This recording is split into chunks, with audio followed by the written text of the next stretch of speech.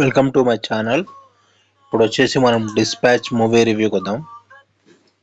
Welcome to my channel. ఇప్పుడు వచ్చేసి మనం డిస్పాచ్ మూవీ రివ్యూ వచ్చేసి ఫస్ట్ బేసిక్గా క్యారెక్టర్స్ చూస్తే ఇందులో మనోజ్ బాజ్పేయి క్యారెక్టర్ జాయ్ అని చెప్పి ఇన్వెస్టిగేషన్ జర్నలిస్ట్, క్రైమ్ జర్నలిస్ట్ ఉంటాడు న్యూస్ ఛానల్లో. నెక్స్ట్ తనతో పాటు కొంచెం ఎంప్లాయీస్ ఉంటారు, తన గర్ల్ ఫ్రెండ్ ఉంటుంది, ప్లస్ తనకు ఫ్యామిలీ కూడా ఉంటుంది.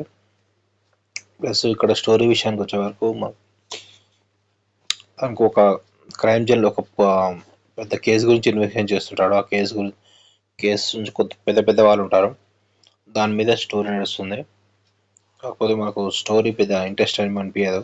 సినిమా చూస్తుంటే కొంచెం బోరింగ్ కొడుతుంది. కాకపోతే మూవీ ఎంగేజింగ్ కోసం కొన్ని అడల్ట్ సీన్స్ ఉంటాయి.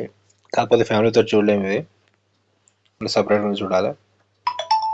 కాకపోతే మనకు మూవీ అయితే కొంచెం బోర్ కొడుతుంది. ఆ ఇన్వెస్టిగేషన్ అంతగా ఇంట్రెస్ట్ అనిపించదు, థ్రిల్ అనిపించదు. కొంచెం దేని గురించి ఇన్వెస్ట్ చేస్తున్నాడు ఏంటి అనేది కొంచెం క్రికెట్ బెట్టింగ్ అది కూడా చూపించినట్టున్నాడు. కాకపోతే మూవీ వచ్చేసి బిలో యావరేజే. మూవీకి 1 రేటింగ్స్ వచ్చేసి 3/5 ఇవ్వచ్చు. తన క్యారెక్టర్ కూడా మాకు అంత మంచిగా అనిపించదు. ఇంట్లో మన వైఫ్తో గొడవ పడడం అలా ఉంటుంది. క్యారెక్టర్ కూడా మనకు అంత మంచిగా అనిపించదు, మన క్యారెక్టర్ కూడా. నెక్స్ట్ వాళ్ళు ఒక్కొక్క కేసు సాల్వ్ చేయడం అలా చూస్తారు.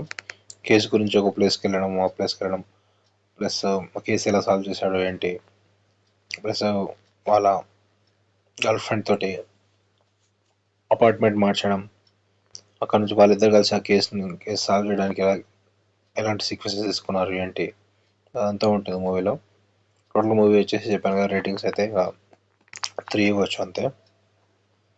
మీరు చూద్దాం అనుకుంటే చూడండి అంతే.